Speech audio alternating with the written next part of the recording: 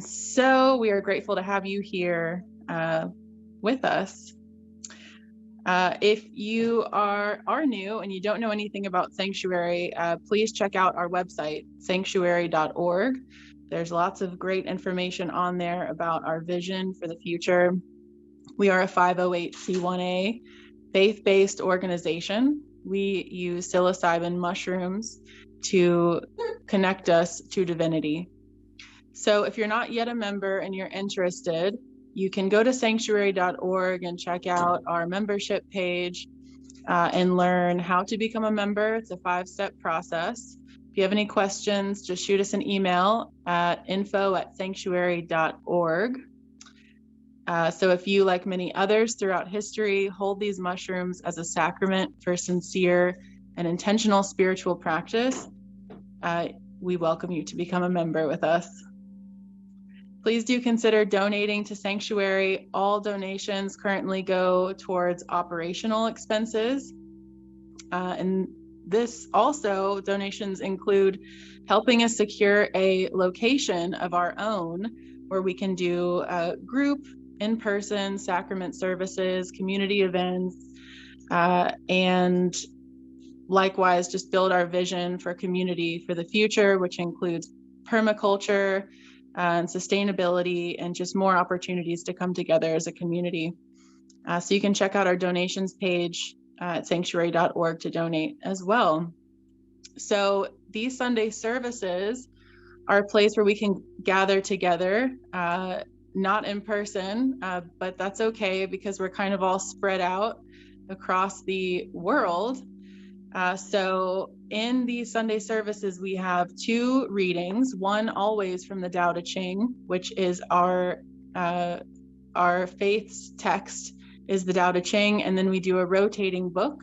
We just started a new book, The Game of Life and How to Play It. So I think we're on our 2nd chapter of that book today.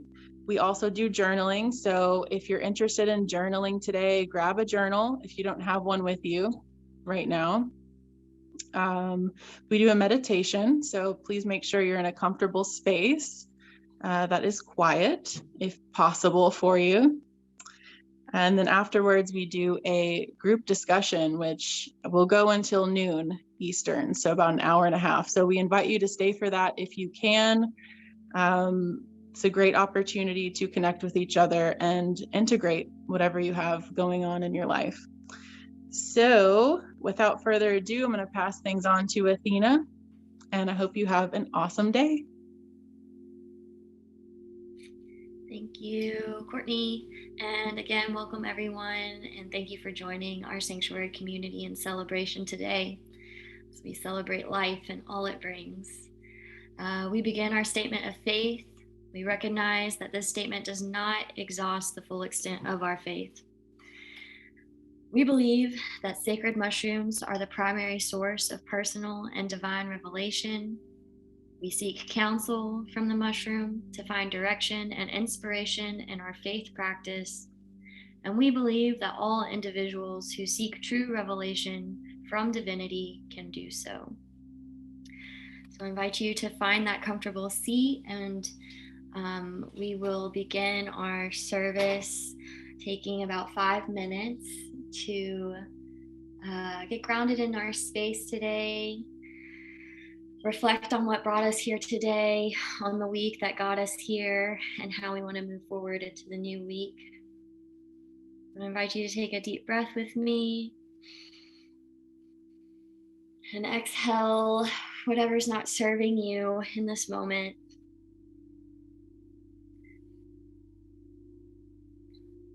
And we'll find stillness together here.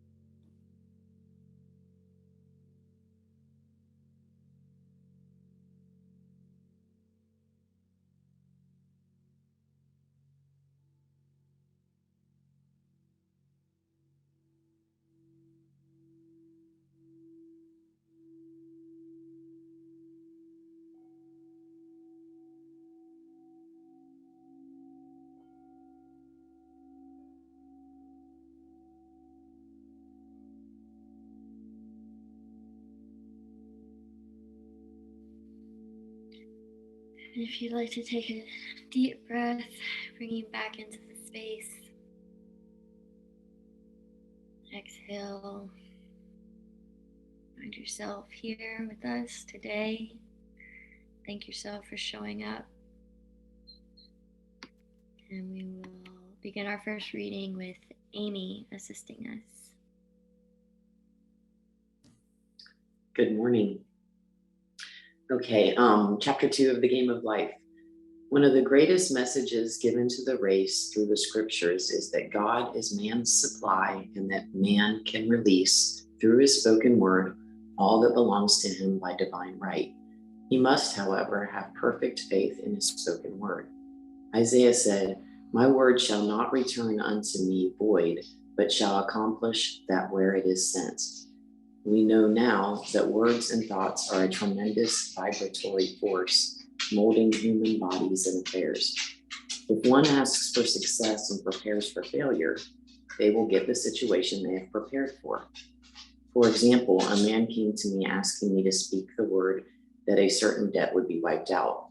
I found he spent his time planning what he would say to the man when he did not pay his bill, thereby neutralizing my words. He should have seen himself paying the debt. We have a wonderful illustration of this in the Bible relating to the 3 kings who were in the desert without water for their men and horses. They consulted the prophet Elijah, who gave them this astonishing message. "Thus saith the Lord, ye shall not see wind, neither shall ye see rain, yet make this valley full of ditches."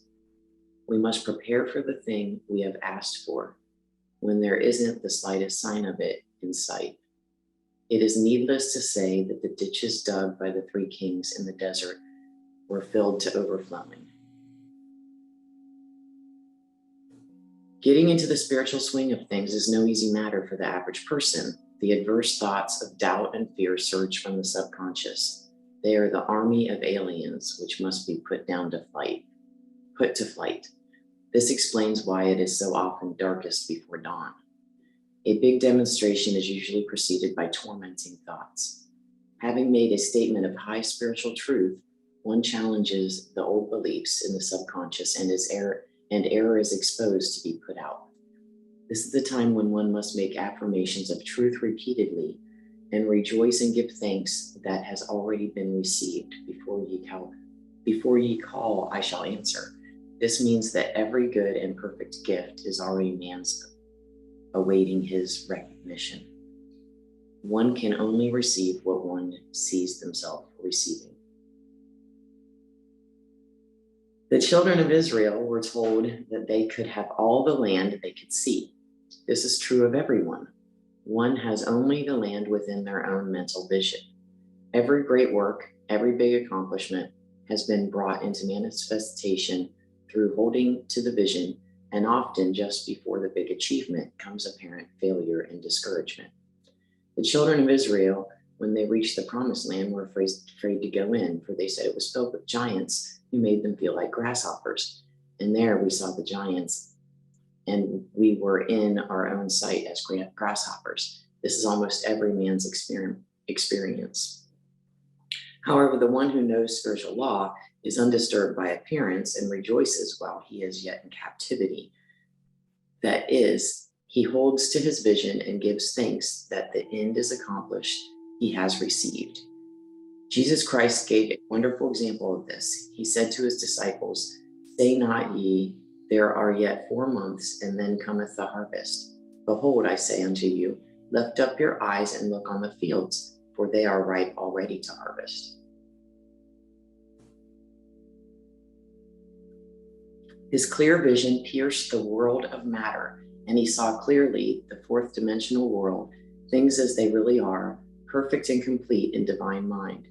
So we must ever hold the vision of our journey's end and demand the manifestation of that which we have already received. It may be perfect health. It may be perfect health, love, supply, self-expression, home, or friends. They are all finished and perfect ideas registered in the divine mind, one's own superconscious mind. and must come through you, not to you. Jesus Christ knew the truth of this when he said, if two of you shall agree on earth as touching anything that they shall ask, it shall be done for them of my Father which is in heaven. One gets too close to his own affairs and becomes doubtful and fearful. The friend or healer sees clearly the success, health, or prosperity and never wavers because he is not close to the situation. It is much easier to demonstrate for someone else than for one's self, so a person should not hesitate to ask for help if they feel themselves wavering. A keen observer of life once said, no one can fail if one other person sees them as successful. Such is the power of the vision, and many a great person owed their success to a wife, husband, sister, or friend who believed in them and held without wavering to the perfect pattern.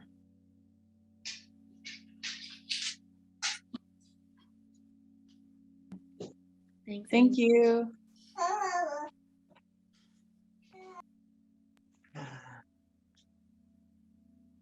Okay.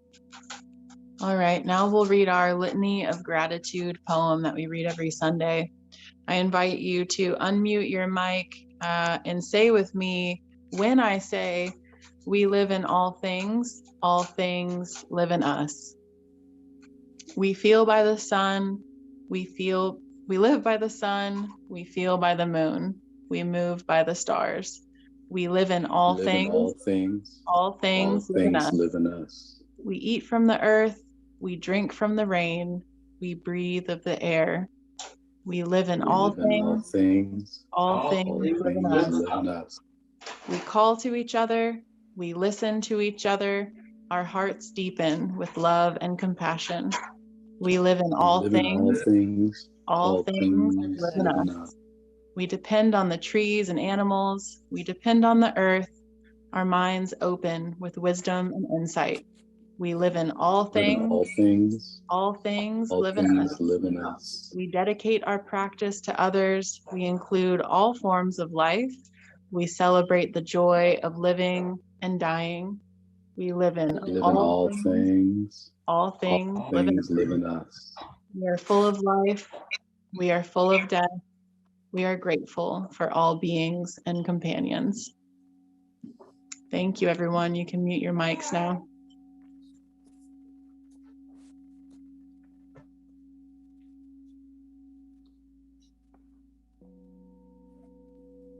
I invite Osama to read our second reading today.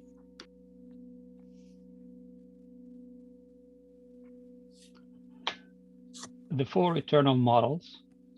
Before the heaven and earth existed, there was something nebulous, silent, isolated, standing alone, changing not, eternally revolving without fail, worthy to be the mother of all things.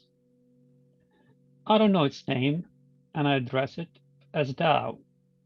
If forced to give it a name, I shall call it great. Being great implies reaching out in space. Reaching out in space implies far-reaching. Far-reaching implies reversion to the original point. Therefore, Tao is great, the heaven is great, the earth is great, the king is also great.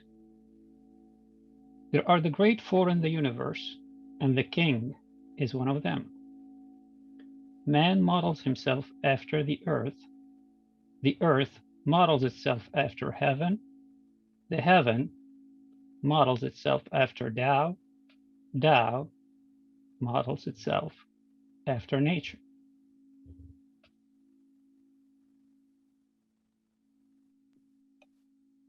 Thank you, Osama. And we will now take this time to reflect. If you have your journal next to you, or if you'd like to just take a moment in your mind's eye. So this week we have a statement we'd like you to reflect on that kind of relates to the readings. All finished and perfect ideas must come through you, not to you. What does this mean to you, and how can you apply this teaching? So we'll take the next 5 minutes to reflect.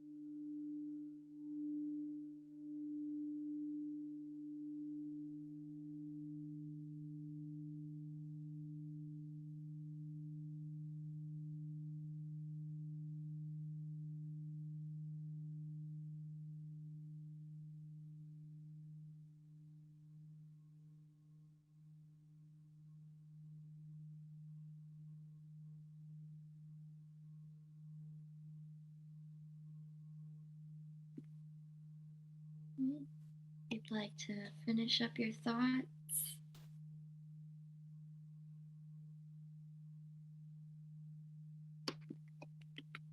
And we will close out our formal service portion of today by recognizing we've come together with intentions of service to the land and all its inhabitants.